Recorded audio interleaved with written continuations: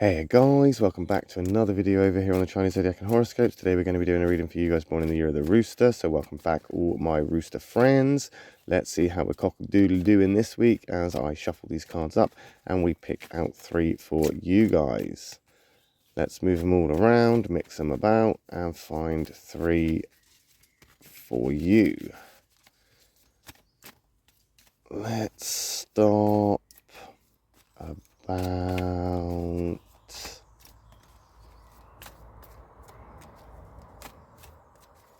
there, and take that one from the bottom, that one from the middle, that one from the top. What have we got? Okay, so we've got two whites there moving on into a negative. The positives do outnumber that negative. However, white isn't always all right and black isn't always an attack. It all depends on that compatibility when we flip them over. The first card, however, is the white snake. Now that snake is a great card and an example for white being all right, not all right. No, I'll get it right. That white snake is an example of white being all right for a rooster person because you're in the same affinity triangle. And roosters and snakes, they get on incredibly well. There's something that's quite intimate in your life at the moment, something that's quite special to you, something that you're holding on to a little bit. There's a good connection and it feels comfortable, so you're quite happy to have it around, and it's quite nice to be able to rely on it almost. Not that you're becoming dependent on it, it's just you can rely on it. It's reliant, which is good because it gives you that consistency that you want. You like the structure, you like the routine of things, and you like to know where you stand. So this thing or this someone is very good for you at this point. It is an intimate thing, or at least something that you feel things for, though you may not actually know exactly what you feel or what to do about those feelings. You do have those feelings, so you're quite happy to have it around.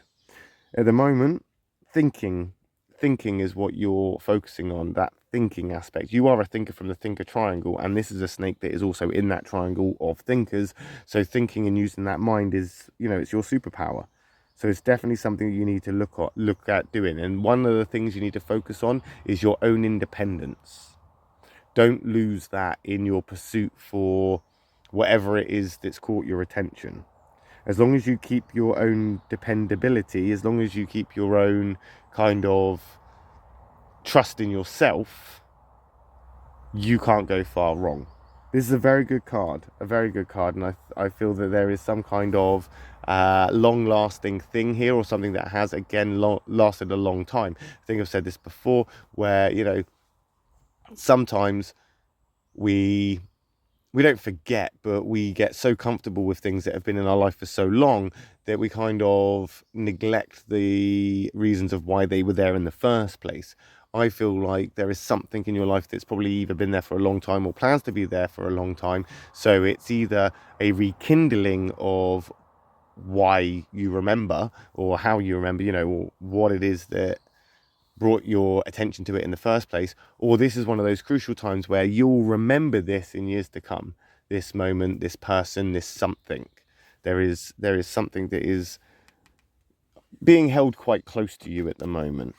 Got that monkey card coming in there in the white, which is a doer. You want to do something about it, and you feel it could be a bit selfish. You feel like it could be something that is seen as a little bit of a bold move. I don't think being bold right now is your best step forward. I think playing it cool is probably going to be a lot better for you and probably have a better result. Don't make yourself too available. Don't make yourself too desperate. Don't make yourself too out there. You need to remain independent. You need to remain with that confidence that you've got. You need to have your head held high, and there's no point you doing that for anybody else but you. That's what that monkey card is. That monkey is a selfish card, and some people see selfish as a bad thing. However, the snake is also a selfish person, just as much as that monkey is. And when I say selfish, it means that they just look out for themselves. It means that they are always looking out for number one. It's not necessarily a bad thing. We're also looking at self-care, self-healing. We're looking at dealing with things that we need to deal with so that we can have healthy relationships in the future. If there's things that you have to work on yourself, Potentially that's something that you need to do in order to achieve the next step of what you're wanting to get from this thing or this someone or this whatever it is. That monkey and that snake coming together like that would suggest that a selfish approach would be better, and thinking about things thoroughly and remaining independent as much as you can and true to yourself as much as you can is definitely going to put the strength in your corner. You are an independent person. And if you have to babysit or you have to look after something or you have to be, you know, in that place of mothering or fathering somebody that is not a child, is not your child, is somebody else or something else that could potentially be looked after by somebody else, or, you know, doesn't even need looking after at all, then you don't need to be the person to step in there. If that thing doesn't need attention, if that thing doesn't need you to function, if that thing or someone doesn't need you to exist, then you don't need it to be dependent on you. You need to be independent for you. You need to be dependent on you. You need to be looking out for you. This thing or this something or this someone, whatever it is that you're holding on to, yes, is a good thing. It's not necessarily, you know, a bad thing to want or to desire or to lust over. It's not a bad thing. But holding on to it too closely, focusing on it, prioritizing it, making it a bigger thing than it actually is over you, your health, your, you know, anything for you, then we're going to have a problem. You're going to have a problem. Got the Black Dragon coming into play there, which is another doer card, but it's also your soul path card. Everybody has a soul path card. Yours is the dragon. You are soulmates, the dragon and the rooster. And this card would suggest that everything you're going through now is meant for you, but it could cause conflicts if you come in too headstrong, if that's the right word. If you come in too headstrong, if you have big plans of grandeur and applause for your, you know, efforts, you're going to be disappointed. You need to let go of expectations here. There's nothing for you to do. We're looking at that. We may be looking at a positive doer, but we're also looking at a negative doer. That positive doer is suggesting that you need to do things for you and make sure that you're making the right moves for you, not just presently, but how it will affect you in the future. This, however, is a black doer, suggesting that there is nothing that you can do to affect or influence that situation.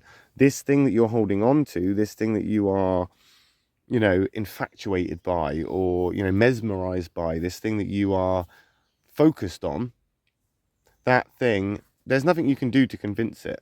There's nothing you can do to influence it. There's nothing you can do. It's going to happen naturally if it happens at all. The only thing that you can do is just be thankful right now that you have your health, your strength, and, you know, your wits about you. You've got that clever little mind as a rooster person. Use it. Use it. Think about things thoroughly. Think about future implications and consequences. Think about maybe loosening that grip a little bit so you can focus more on you and what you can do to be in a stronger position. As I say, you can put yourself in that stronger position if you want it, if you are willing to do it, if you are, you know, able to look past this fancy frock over here that's caught your attention, because that's all it is at the end of the day. You are the body. The fancy frock that you're admiring is just something that comes along and may compliment you, but it could also offend you. It could also, you know, insult you. So you've got to think about it carefully. Think about it thoroughly. That dragon, that's a conflict in itself, being black. It means that there will be complications. There will be a conflict. There could even be a couple of fights to come. But right now, we're not fighting. Right now, we're not trying to win anything. Right now, we're taking care of ourselves. We're not trying to run the gold at the Olympics. We're merely training for doing a half a marathon. Not even a half marathon, a 5K. So let's slow the pace down.